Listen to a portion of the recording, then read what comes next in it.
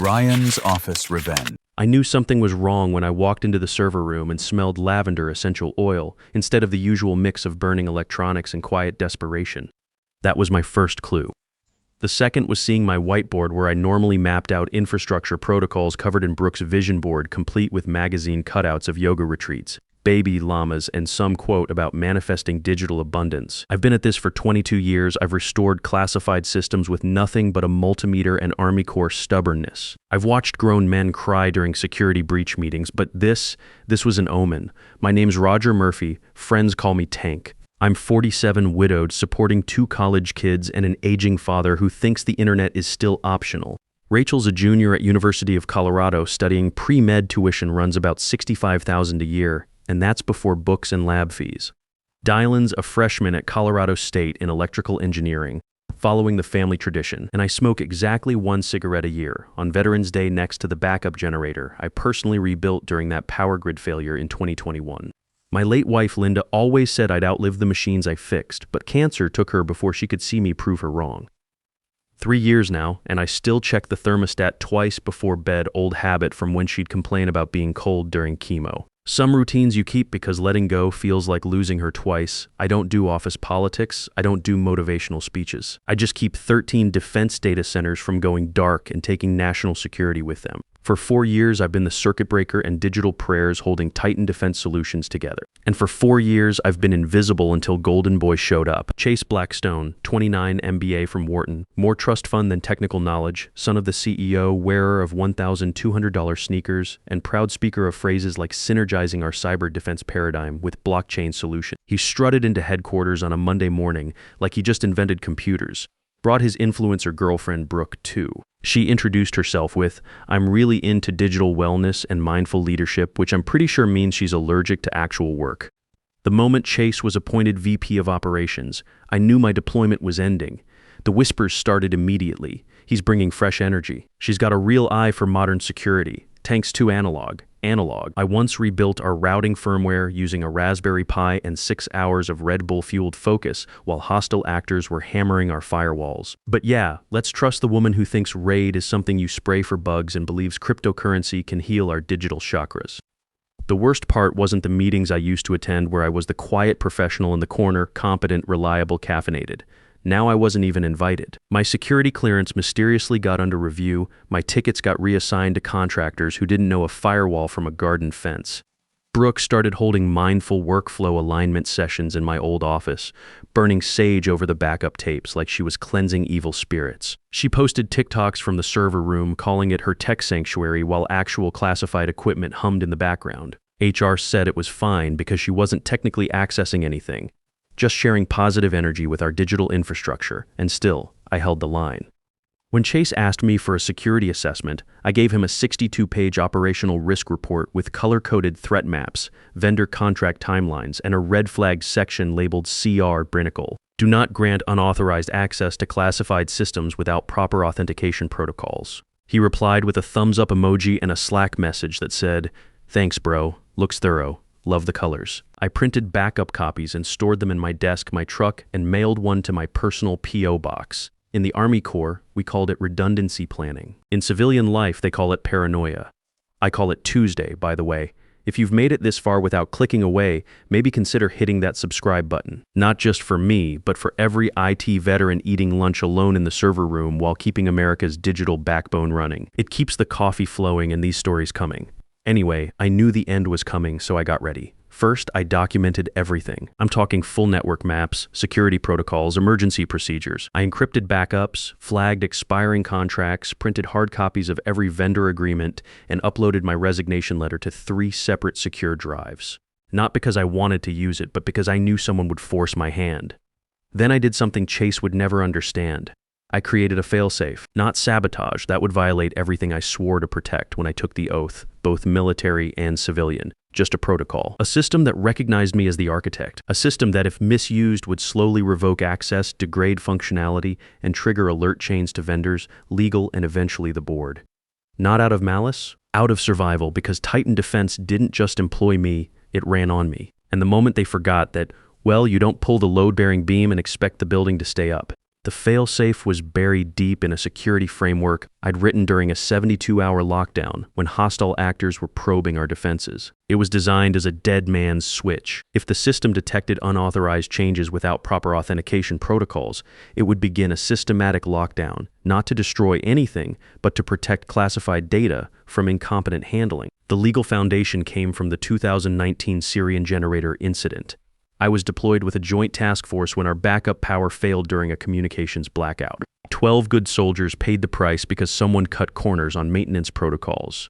When I got back stateside, Howard Blackstone personally hired me to rebuild everything from scratch in that chaos. He'd signed off on an unusual security provision. 2.8% equity transfer per data center successfully secured and maintained over 36-month continuous cycle, activated upon wrongful termination without cause.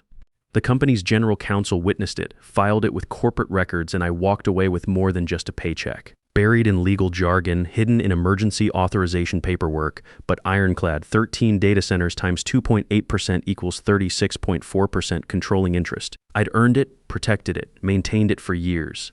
All legal, all documented, all waiting. Dad's assisted living bills were running $4,800 a month. Rachel's medical school applications needed another $15,000 in fees and prep courses. Dylan's engineering program was solid, but housing costs kept climbing. My veteran's pension helped, but it wasn't enough for 3 generations of Murphy men depending on one paycheck. Linda used to handle the family finances. She had a gift for stretching dollars and finding deals. Since she's been gone, I just work harder and worry more. The thermostat stays at 68 degrees exactly, not because I'm cold, but because it was her favorite temperature and some settings you don't change. By Friday, the whiteboard had a new addition. Brooke's server room makeover, healing crystals, and mood lighting. I stared at that note so long I almost developed a migraine. She'd actually written it in purple gel pen, dotted the is with hearts, and added a little drawing of what looked like a smiling router. I saved my final security report, made a local backup, and wrote one sentence at the bottom: if I'm not here Monday, see Exhibit A. Then I adjusted the main server room thermostat down 2 degrees. Not because the equipment needed it, but because sudden temperature changes would trigger diagnostic alerts that only I knew how to properly interpret. I didn't think I'd need any of it. I was wrong. Monday, 11:15 a.m. I was deep in a ticket about suspicious network activity, tracking potential intrusion attempts, like following enemy movement patterns I'd learned to recognize overseas when I got the ping. Hey Tank, can you swing by my office for a quick sync? That smiley face was the corporate equivalent of incoming artillery. I stared at the message, considered faking a security emergency involving federal compliance issues, then sighed, saved my work, and headed down the hall toward the glass office Chase called his innovation hub. The rest of us called it the fishbowl. He didn't look up when I walked in, just kept tapping his phone, probably checking his cryptocurrency portfolio. Brooke was perched on the conference table like a discount Bond villain, sipping something green from a mason jar that smelled like lawn clippings and false hope. She gave me a little wave and said, "Hey there, Tank. Love the flannel. Very authentic." I hadn't spoken more than 3 words to her, since she'd optimized our security documentation by deleting everything and replacing it with PowerPoint slides full of stock photos and motivational quotes. Her masterpiece was titled Cybersecurity: A Journey of Digital Trust and Positive Vibes. Take a seat, Chase said, gesturing vaguely without making eye contact. I didn't.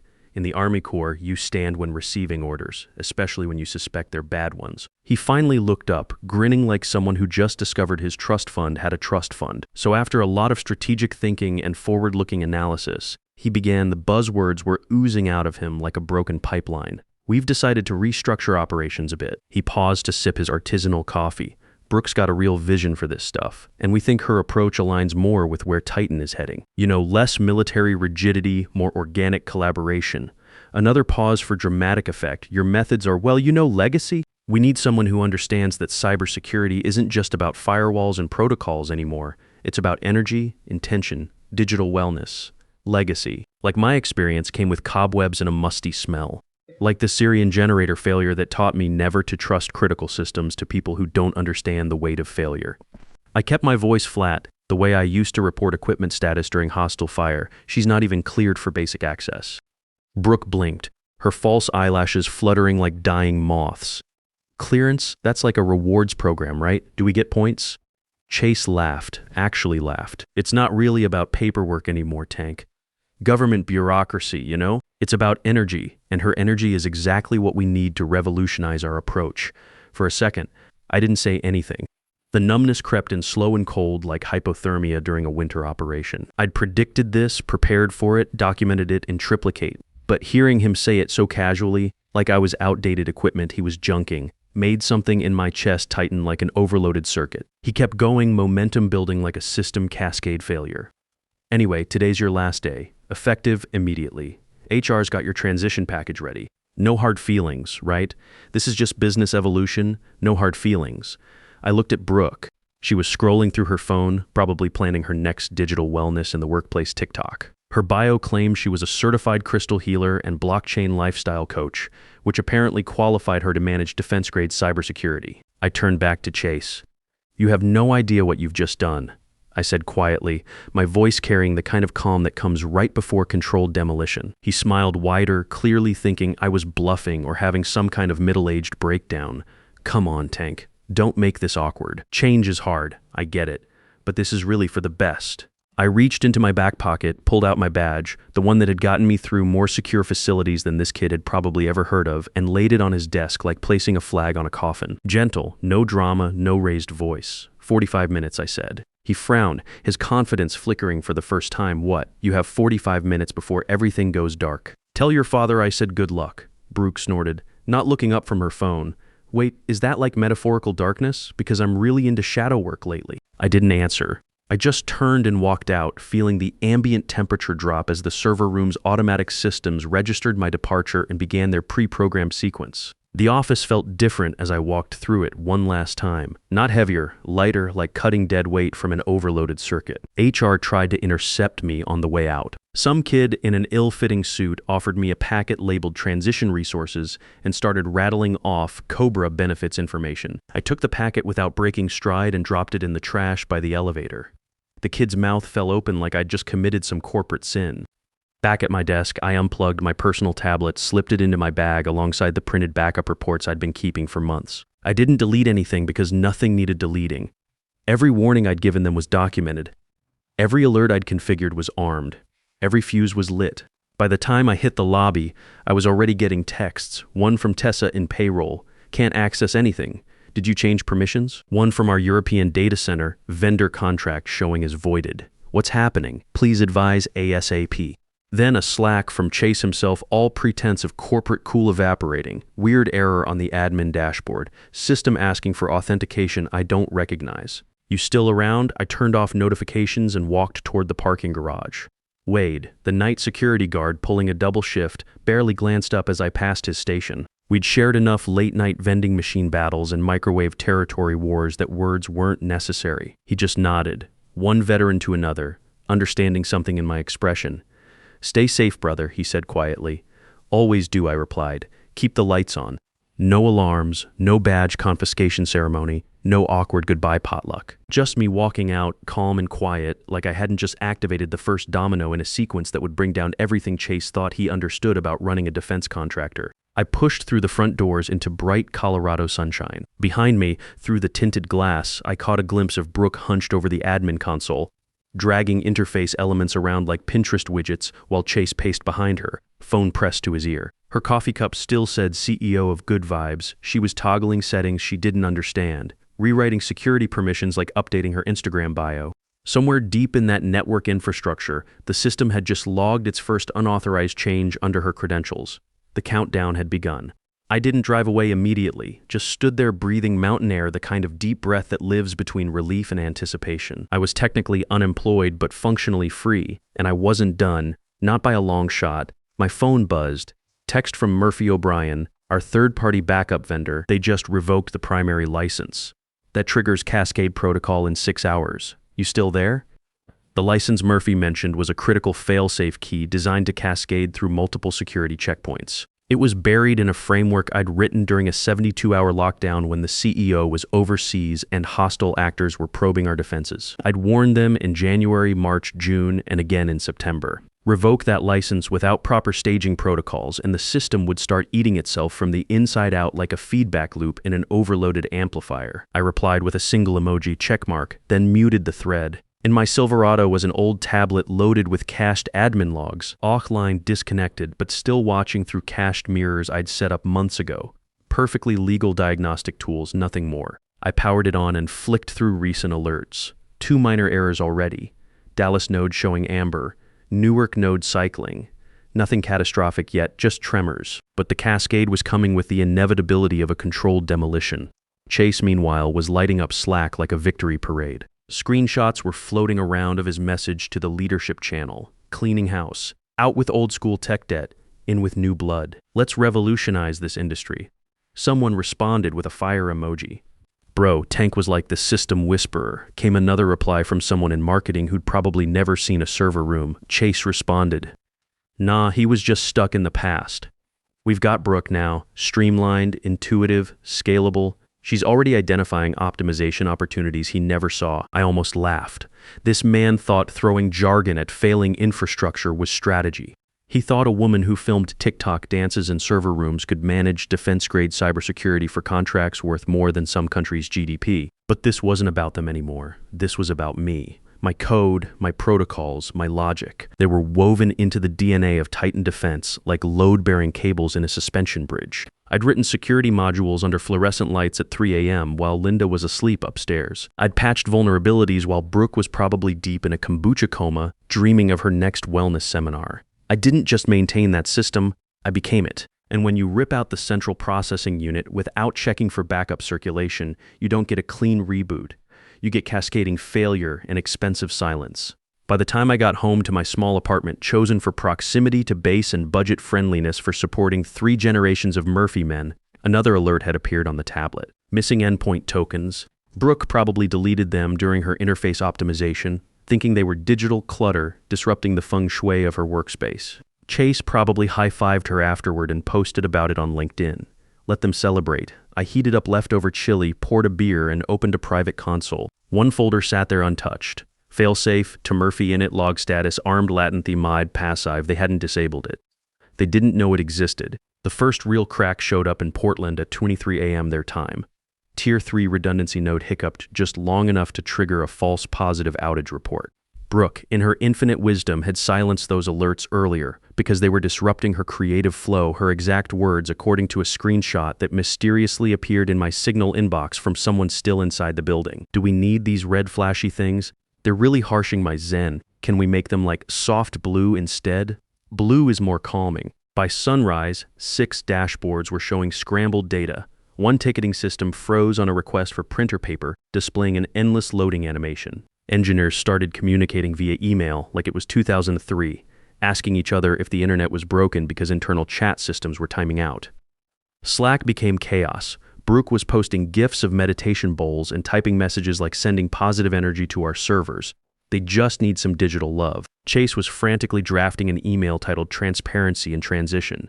Welcome to the new era, while fielding increasingly panicked calls from project managers. And I was elbow deep in a plate of diner pancakes at Murphy's No Relation, watching the slow motion collapse on my jailbroken tablet, like a general monitoring a battle from a safe distance. The waitress, a woman named Betty who'd probably seen every kind of human drama play out over coffee and eggs, poured burnt coffee and said, "You look like someone who just won the lottery." "Close," I muttered, checking the ambient temperature reading from the main server room. I just resigned from one. The logs kept ticking like a countdown timer. Memory spikes, access errors, timeout failures, authentication loops. This wasn't sabotage. That's what everyone gets wrong when they hear stories like this. I didn't hack anything. Didn't touch code after walking out. Didn't plant logic bombs or backdoors. All I'd done was stop. I revoked my own access. Let the licenses I personally managed expire on schedule. Allowed the protections I'd babied for years to run their natural course, unchecked, unwatched, unmanaged. Like leaving a nuclear reactor without qualified operators, because the new management thought physics was too analog and preferred intuitive energy solutions. At 10:47 a.m., Brooke attempted to log into Terminal 5, the central interface for vendor coordination and license management. The system denied her with a blinking warning that filled the screen: access restricted, privileges revoked, to Murphy Kajarity 0correct44F. Contact system architect for Ovgrode Octorganization. She took a selfie in front of the error message. Caption: OMG, what does this even mean? Like, why is technology so complicated? Glitch Queen Nura, Titan Defense, needing help. The post got 847 likes and 312 comments. Mostly people asking why she was posting from what looked like a government facility and whether those blinking lights behind her were supposed to be red. By noon, it had officially flagged the issues as network latency and possible vendor miscommunication, which was corporate speak for we have no idea what's happening but we're hoping it fixes itself. Chase ignored the reports entirely, too busy rehearsing a live stream where he'd showcase the dynamic new ops team and introduce Brooke as their digital wellness catalyst and cybersecurity innovation specialist. The live stream was scheduled for 3 p.m. He'd sent calendar invites to major defense contractors and government liaisons. The subject line read, Titan Defense 2.0, Revolutionary Security Through Mindful Technology. Then it happened. The countdown timer appeared. I wasn't expecting that specific feature. Not yet. I'd embedded the protocol years ago as a passive safety measure, activated only when multiple failure conditions stacked in sequence like dominoes, credential mismatch, pathway failure, unauthorized access attempts, expired vendor synchronization, and temperature fluctuations in critical hardware zones. 12:18 p.m. The tablet pinged softly. New log entry. Failsafe protocol T. Murphy initiated. Cascade prevention mode activated. Time remaining 11 to 57:04. No alarms, no sirens, just red text blinking like a digital heartbeat, counting down to total system isolation. The countdown had begun. This didn't mean explosions. It meant total system lockdown. Titan's infrastructure would begin isolating compromised modules, revoking external access points, and most critically locking doors to anyone without my original encryption signature. Titan Defense was about to learn what it meant to be cut off from itself. I sat there, fork frozen mid-bite, syrup dripping. Even I hadn't expected the tripwire to activate this fast. The system was more protective of itself than I'd programmed it to be. Betty refilled my cup. You okay, hun? I looked at the screen, at the blinking numbers, at logs updating like a cardiac monitor sliding toward flatline. Yeah, I said slowly, just watching bad decisions come home to roost.